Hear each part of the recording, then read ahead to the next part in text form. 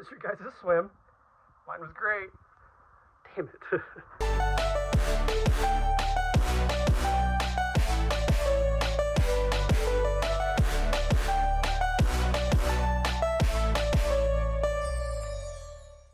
Hey guys, welcome back to the garage. Now it's been a while since I posted. Just been super busy with getting ready for my own wedding, going to a couple different weddings.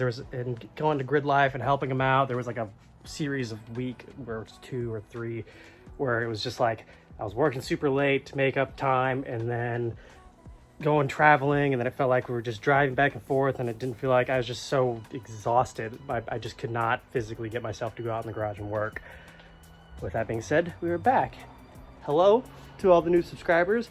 Thank you for subscribing, and hello to anybody who's new to watching. If you like Miata content, you like racing, you like Grid Life, you like anything just building and stuff like that, go ahead and subscribe and hit that bell notification. I got lots of things that I can show you. Currently, it just seems a little weird because we're in hover mode, but when the next season starts, we're gonna have lots of new content. As you can see, I wound up having to get rid of the ISR unequal length headers. Unfortunately, they're not gonna work with my supercharged setup. So, went ahead and got rid of that. Got me some Roadster Sports headers, full length, so they would connect to the ISR exhaust. Then I also winded up having to get a completely different ISR exhaust. I actually wound up buying the one for the NA, just a lot less hassle. I about blew myself up, guys. Anyways, it's also why it's been a little bit longer to post up, is because I've been trying to save for parts that I needed, including today's video. Here's the old setup right here, brand new UELs with the full exhaust for an MB, and guess what they're gonna go on? They're gonna go on Desiree's car. That way they're not being wasted, and plus, you know, her car's got like 190,000 miles. Might as well just get rid of the exhaust and put the new one on. Yeah, there's your update. It's definitely been a little bit. I'm glad to be back in the garage. So today's video, we're going to be installing Supermiata's Coolant Reroute Kit. One of the things that I kept thinking about, or actually forgetting about, was under boosting applications, that back cylinder loves to get super hot. Actually, it just does it in general, but under boosting applications, it's even worse. So I went and bought the Supermiata Coolant Reroute Kit. Couldn't tell you exactly why I went with them. Besides, I thought the anodized colors looked cool. So let me show you what's in their kit. So what's in their kit is this right here. So you got a block off plate for the neck, is the neck delete kit right here. That's what that comes with. And then you got your rear thermostat housing. Everything connects to there. They bring you a thermostat. Not sure if that's OE or something else, but thermostat goes in there. Thermostat, all your NTP fittings, your snap rings, your barb fitting, your hose for the reroute. They give you some water pump thermostat housing gasket stuff and Permatex, and all your little bleeder valves and your brass fittings and whatnot. So, and a set of instructions.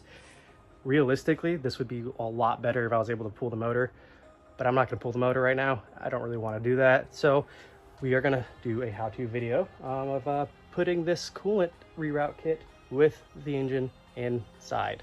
I figured since the coolant's gonna have to be drained from the system anyways, the first thing I'm gonna do is get the front bumper off and stuff like that, and pull the radiator, because I do have a Track Dog Racing radiator and everything that's going to go in, so I'm not going to be using the OEM one anymore, so might as well just get that ready. So that, I'm going to pull this off, pull the radiator off, and get this cover and then everything that might be in the way to access my, you know, coolant reroute stuff. So let's get this bumper and stuff and drained.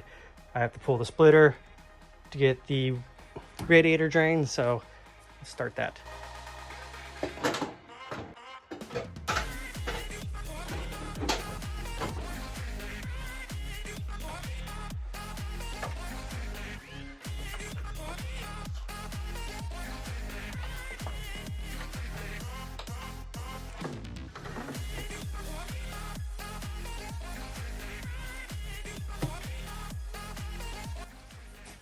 Honestly, it's probably a good thing that I get a new radiator anyways, besides these stock ones not doing very much, but this thing has been leaking probably the entire time.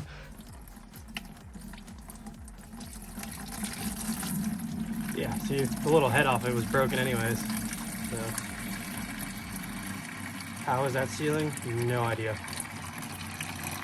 So while the radiator drains, I think what I'm gonna do is wind up taking off the coil pack. Hopefully, eventually I can replace these here soon, but hopefully that gives me a little more room back there to get that coolant reroute neck back under here behind the block. So, oh.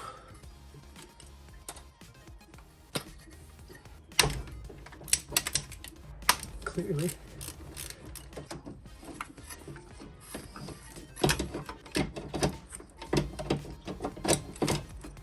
So moving the coil pack to the side, unplugging the coolant temp sensor and one of the ground or power wires to it gives you probably the best amount of room you're going to get without obviously taking that off, because you're not going to take the cam positioning sensor off. But yeah, gives you access to the rear thermostat area. There's that. Spilling out everywhere. There it goes. Next, you just got to get the two 12mm bolts that are here and here, wherever they are, on this side somewhere. There it is, right there. Unplug your fans, one right there and one right there.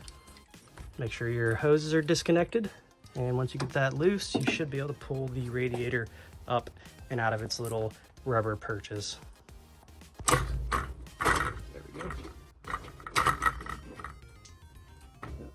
So one thing I'm not going to do while we're in here is they do provide a neck delete kit. Basically, this plate here goes where this neck is coming out of. But in order to do that, you got to take the timing chain or the timing belt off, the cover, all that stuff. What they do provide is a block off plate here. It goes right on the front of this here. And it provides outlets and stuff like that for auxiliary ports, turbo feed stuff, pressure if you want to run like coolant pressure for like an endurance car or something like that, or coolant temp, like an auxiliary coolant temp sensor. Whatever you choose, they have that option for you. So that's what we're going to do now. We're going to take the old thermostat out, get that all cleaned up, and then put this on there. Oh, there we go. Man, you can see that they have been pumping this. Yeah, that's kind of terrifying. That bolt's barely out and it's already pouring out like that. Guess that's why they probably have a shit ton of gaskets on here. Or not gasket, gasket sealer.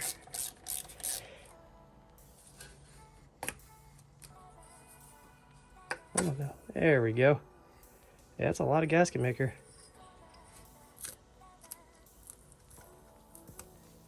I'm gonna leave the thermostat in here, and then I'm gonna clean this face here before applying some gasket maker, and then putting the block off plate. To clean this, I'm gonna use some brake cleaner and a Scotch-Brite here because I don't want to ruin the surface by going too rough on it. I actually have one of these on like a wheel, and I don't know where it went, so this will have to do for now. Cool, now that this is all cleaned up, I'm going to put a gasket on there. Probably a little more than I need, honestly, but so here we go. Put this on, plug the auxiliary ports that they leave you.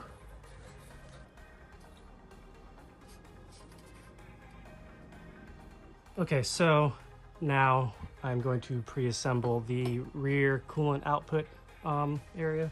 So I'm going to start by taking the provided thermostat. It's going to go in this way, face up. So this is the neck, face up, and then the snap ring that they provide.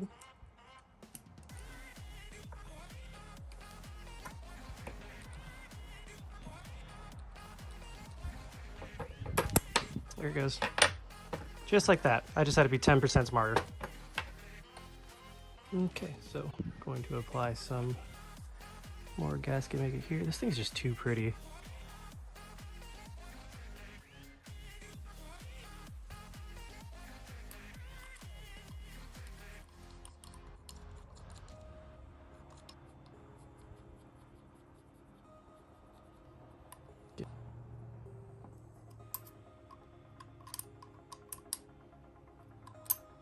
Now that that's on, your temperature sensor goes here, which is still on the car. I gotta take that off. Gotta install your fitting side now. So let me get that. I know this is an MPT, so you technically don't need to do this, but I'm doing it because of paranoia. So better be safe than sorry. Especially when you're on track, you don't really want to have to work on your car because that just makes you big sad. Thing with MPT fittings too is you don't want to over tighten these. They will start self-sealing. They are tapered thread. In case you don't know what that means, it means the thread is like this. They're not straight, they go like this. So as you tighten them, it gets towards the bigger half of the thread and it self-seals. I said snug. You don't want to tighten it too tight because you will crack this housing. Now that's on there. You got to install the bleeder valve right here. And comes with pre-applied Loctite. So here comes the fun part. As you can see, that is the coolant temp sensor, and that is the neck that you got to remove to add the reroute kit. So we're going to start by removing this coolant line here. If it would focus. This coolant line here, getting this taken off, and then that way I can get the temp sensor taken off and put onto the assembly. So the next thing we're going to do is we're going to get our 12mm socket, and we are going to finagle our way to these bolts here. They're going to be a pain in the ass to get off. They haven't been taken off probably the entire time you've owned the car, but we're going to do 12mm bolt there and 12mm bolt there to get those off. Once you get that gasket off, or the rear coolant neck thing off, I'm going to show you back here what it kind of looks like. There it is there. Make sure you get all your gasket off. Like I said, use the same thing in the front. A little bit of brake cleaner and Scotch-Brite and just scrub it. Make sure you get all the gasket off. It's gonna be a little bit of tight space, but it's better to find out now that there's gasket left behind than when you go to install it. This one looks pretty clean. So go ahead and try to test fit this piece. Find your best way to get it in and out of here without touching this part against anything. Once you kind of got that mastered, go ahead and seal this and then install this Coolant Reroute Kit on the back of the block. Now that this is in there, don't forget to use the supplied 10mm bolt that they give you. Reason being is the original one will not clear the housing, so just keep that in mind. The bottom nut can stay though. Definitely take your time. You're gonna have to get pretty creative with installing this. As you can see, I kind of have a small wrench here on the back half, and for this bolt, I came in from the opposite side here. Obviously, I was on the other side of the car, and kind of got an angle like that, and kind of did a bunch of slow turns to get it tightened down, but it is possible. It's not terrible, but it's also not fun. So the next step I have is to install the hose that they have. Obviously it is intentionally left long, but before I do that, I have to install the new radiator. So I'm going to transfer everything from the old radiator to the new Track Dog Racing radiator. As you can see the difference, how thin that is, how thick this is. You're almost at like a 2-core, 3-core. This is only like a 1-core. So I think this is a 2-core. Either way, more cooling, and it's designed to work with their kit. So we're gonna transfer everything over and get this installed so we can get the hose measured and attached to this radiator. Once you get done removing everything from the old radiator and transferring it to the Track Dog Racing radiator, which is these 2 rubber bushings here on both sides that are just held in with little C-clips at the bottom. So you can see right there. The 2 fans, you're ready to put the radiator, your new radiator, back in. Now that I got the Track Dog Racing radiator installed, looking awesome. I got the hose routed kind of around where I want it, routed kind of about where I want it, and got it cut and trim. So now I'm going to take this back off, put the clamps on there, and get this all buttoned up. So I got the kit installed.